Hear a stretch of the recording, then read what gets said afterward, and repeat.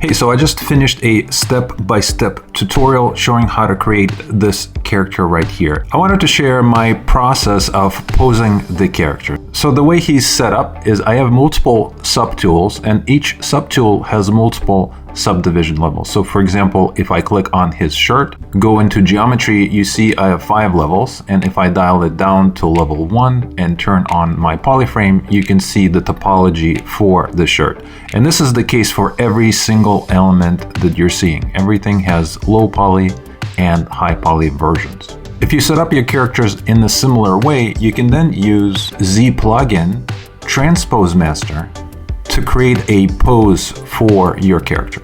In my case, I actually did use zSphere rig.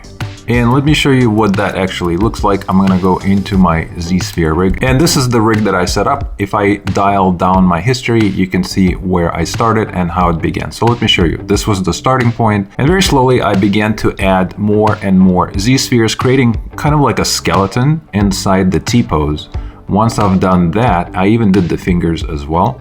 Once I've done that, I went through and started posing the character using zSpheres, almost like joins.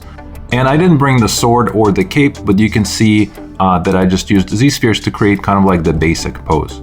And once you finish, if you go to Transpose Master and just click on T-pose to sub-T, it will transfer the pose onto the high resolution version of the character with all the subdivided levels and layers and subtools. I then took the entire character, merged it into one file, and dropped it into Sketchfab, and here he is in Sketchfab. You can rotate it and spin it around if you do something similar, and it's a really cool way to preview your characters without rendering them out in Blender or Maya.